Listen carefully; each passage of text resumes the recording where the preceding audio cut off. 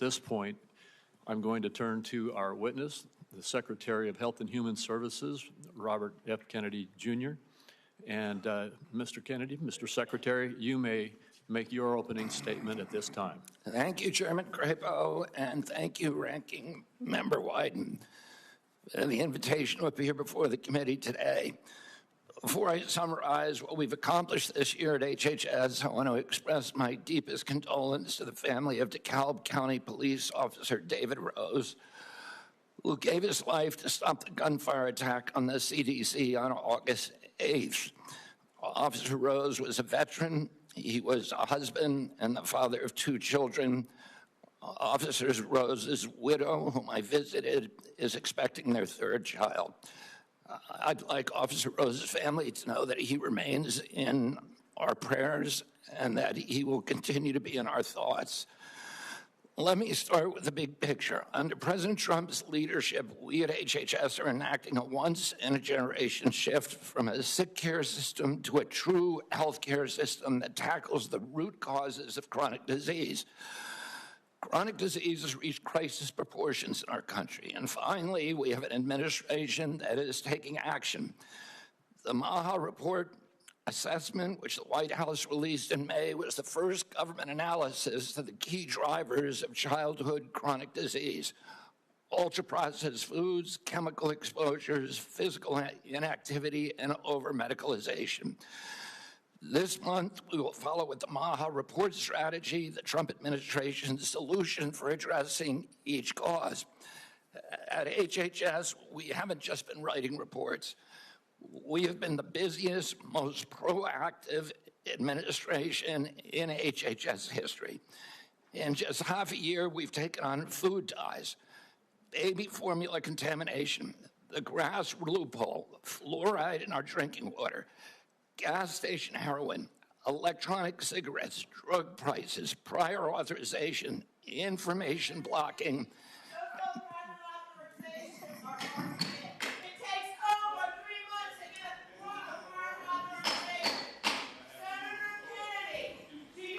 The committee will come to order.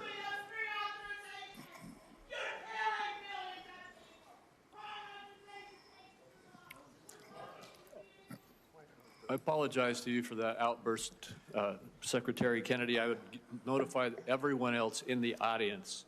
Comments from the audience are inappropriate. If there are any further disruptions, the committee will recess until the police can restore order. Mr. Secretary, please proceed.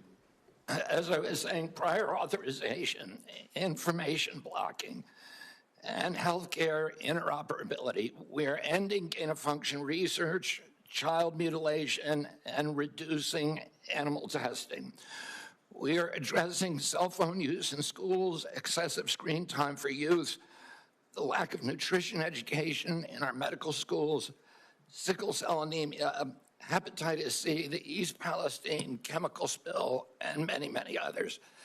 At FDA, we are now on track to approve more drugs this year than at any time in history. I'm also proud to say that HHS under President Trump is doing more with less. We have taken measures to fight waste, fraud, and abuse. Just by eliminating duplicative enrollments in CMS, we are saving taxpayers $14 billion a year. Meanwhile, we are expanding access for people who need it. We are ending racist diversity, equity, and inclusion practices and instead focusing on aiding low-income and vulnerable families, regardless of their race, which was the original intent of Title X. We're also pouring $1 billion into Head Start and the Administration for Children and Families. Compassion need not be the casualty of efficiency. I'd like to highlight some issues that have not gotten media attention. First, we are doing our part to fulfill the President's commitment to stop human trafficking, especially of children. We inherited a terrible humanitarian crisis from the previous administration with its open border policies, which allowed the appalling loss of 476,000 unaccompanied children. We have implemented policies now to ensure that that appalling tragedy can never happen again. We have knocked on 82,000 doors and located 22,000 of those children. I promise you that we will do more in the next 3 years. We are also addressing the disastrous health conditions in tribal communities on Native American reservations. I've met face-to-face with tribal leaders in dozens of communities and tribes in Alaska, Arizona, Idaho, New Mexico, and elsewhere. And I look forward to making HHS resources more available to those communities. One of the most significant initiatives under President Trump is the Rural Health Transformation Fund, part of the President's Big Beautiful Bill, which will provide the greatest investment of federal money into rural health care in history. Finally, I would like to address the recent shakeups at CDC. These changes were absolutely necessary adjustments to restore the agency to its role as the world's gold standard public health agency with the central mission of protecting Americans from infectious disease. CDC failed that responsibility miserably during COVID, when its disastrous and nonsensical policies destroyed small businesses, violated civil liberties, closed our schools, caused generational damage in doing so, masked infants with no science, and heightened economic inequality. And yet all those oppressive and unscientific interventions failed to do anything about the disease itself. America is home to 4.2% of the world's population, yet we had nearly 20% of the COVID deaths. We literally did worse than any country in the world. And the people at CDC who oversaw that process, who put masks on our children, who closed our schools, are the people who will be leaving. And that's why we need bold, competent, and creative new leadership at CDC. People able and willing to chart a new course. As my father once said, progress is a nice word, but change is its motivator, and change has its enemies.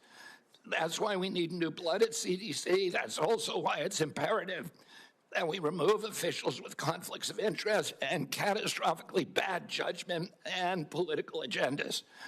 We need unbiased, politics-free, transparent, evidence-based science in the public interest. Those are the guiding principles behind the changes at the CDC, and that is what you can expect all across our agency for the next 3 years.